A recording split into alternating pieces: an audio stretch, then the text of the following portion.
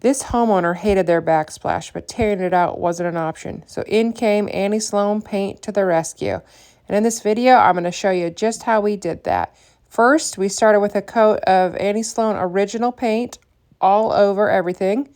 Here's one coat. We're going to let that guy dry and go to a second coat here.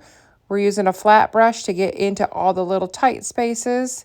After that's dry, we're going to throw on the top coat, Annie Sloan Lacquer and Matte. I ended up doing 2 coats of this for protection. And here is the before, if you can remember what it looked like. And now the beautiful after. The homeowner was very pleased with this transformation. Be sure to subscribe to the YouTube channel. Thanks for watching.